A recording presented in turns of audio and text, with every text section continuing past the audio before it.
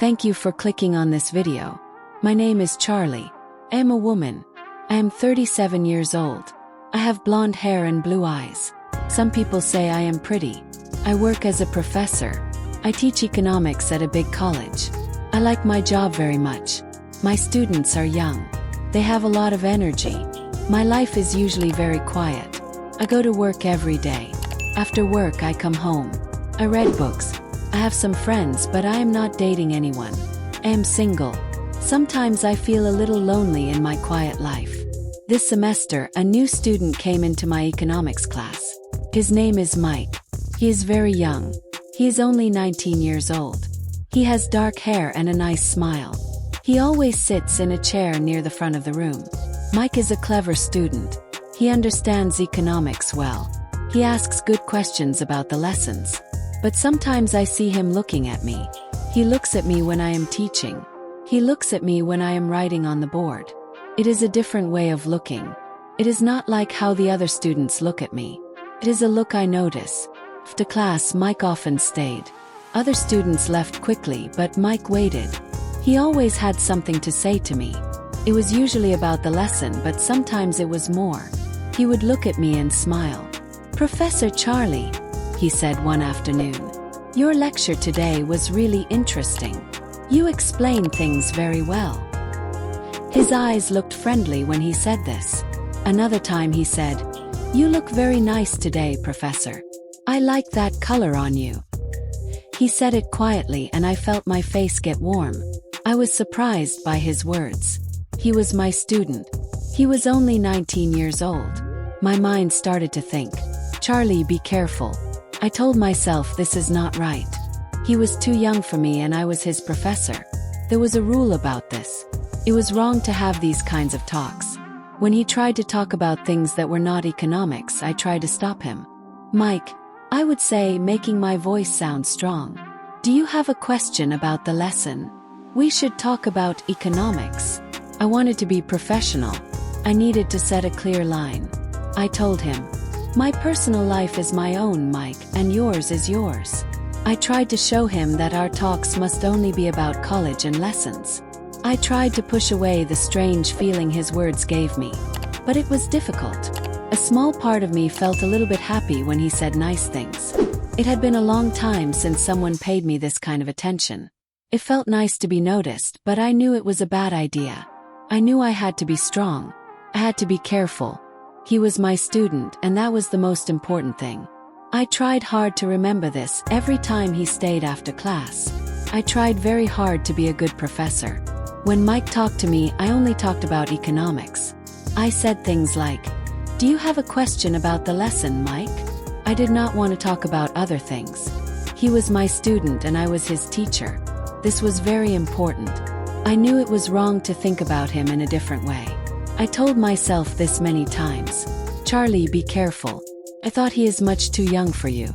This is not right." I tried to keep a professional distance between us. I did not want any problems at work.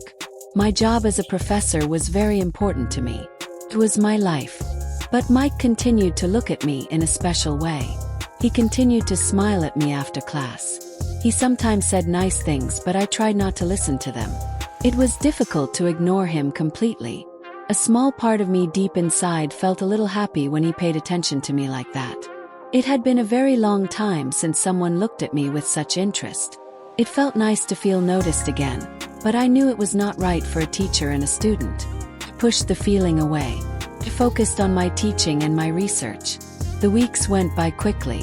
The end of the semester was coming soon. I felt very, very tired. Teaching is hard work, and this semester felt harder than usual. I needed a break from everything. I needed to get away from college, from the city, from the difficult feelings I had sometimes. I wanted to forget about work for a while. I wanted to rest and relax. I looked online for a holiday. I found a beautiful island. It was very far away from my home. It looked like a place with lots of sun and quiet beaches. It seemed perfect for a tired person like me. I decided to book a trip there. I thought, I will go to this island. I will sit on the beach under the sun. I will read books and listen to the sea. I will swim in the warm water. I will not think about work. I will not think about college. I will not think about students. I will not think about money. Packed my bag slowly. I felt ready for the holiday. I needed the sun and the peace very much. I hoped the trip would help me forget about everything difficult and just feel calm. I just needed a simple holiday away from my normal life.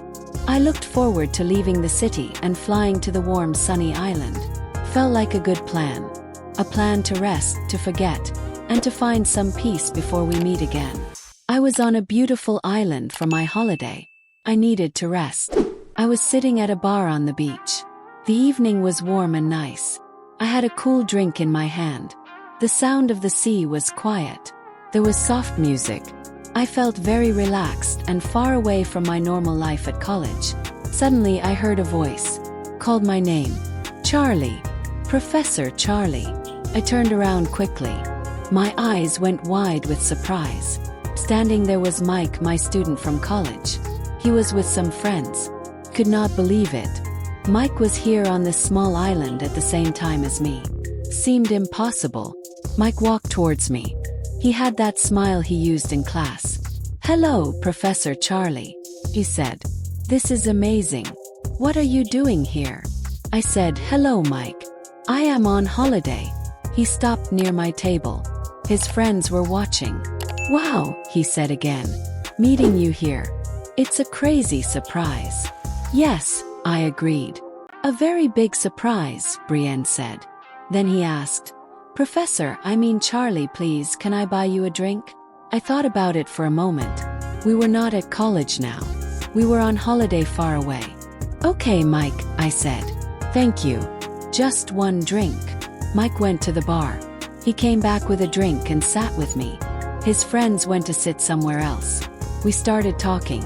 We had one drink, then we had a second drink, then a third. We did not talk about economics, my job, or college rules. We talked about our lives. We talked about our dreams and our favorite things. Mike told me funny stories and made me laugh a lot. I felt like a different person. I felt young and light. I was not Professor Charlie. I was just Charlie. Mike looked at me a lot. His eyes were warm. Felt happy. Later, the bar closed for the night. We decided to walk on the sand next to the water. The sky was dark blue. The moon was large and silver. Mike took my hand as we walked. His hand felt warm and strong. My heart started beating very, very fast in my chest. We stopped walking. He turned to face me. "Charlie," he said softly. "You are so different here, away from college, more relaxed. And you are very beautiful." I felt shy but also very happy to hear his words. He leaned closer to me slowly. Then he kissed me. My mind told me, "No, this is wrong. He is your student." But my body did not listen. Kissed him back. The kiss was long and exciting. Felt like everything else in the world stopped. After that, we walked from the beach to the hotel where Mike was staying. We went to his room. We spent the night together. There we talked more. Kissed more. 5. One night on the island. It was a night I will not forget. Felt very new. Felt very exciting. But deep inside I knew it also felt a little bit wrong. He was 19. I was 37. He was my student. But on that island for one night we were just Charlie and Mike. One drink became 2 drinks. Then it was 3. We sat at the beach bar. The music played softly. We did not talk about economics or college work. We talked about many other things. We talked about our lives. Mike told me about his family and his dreams. I told him a little about my quiet life. We talked about films we liked and music we listened to. Mike's friends were with us sometimes. They were loud and young, but mostly it was just Mike and me talking. He was easy to talk to. He made me laugh many times. I felt happy and light.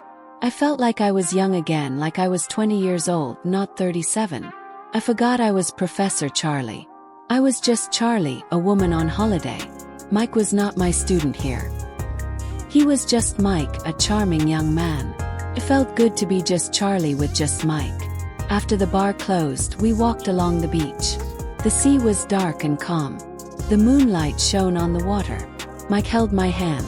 His hand was warm. I felt nervous, but I did not pull away. My heart beat faster and faster. We stopped walking. Mike looked into my eyes. His eyes were soft and full of feeling.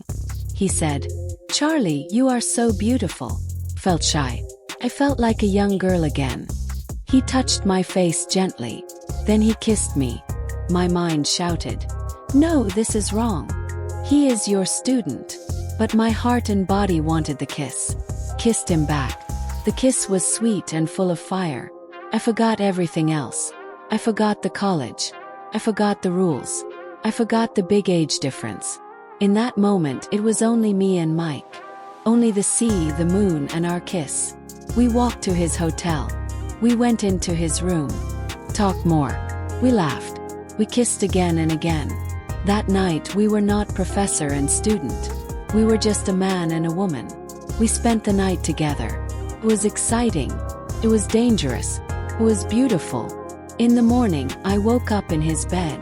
The sunlight came through the window. Mike was sleeping next to me. He looked so young, so peaceful. I lay there quietly, thinking. I knew this could not continue. I knew it was only one night. But I also knew I would never forget it. That one night would always stay in my memory. The next day, I left the island. I did not say goodbye to Mike. I thought it was better this way. On the plane back home, I looked out of the window. I thought about what happened. Felt happy. I felt guilty. Felt young again. Felt old again.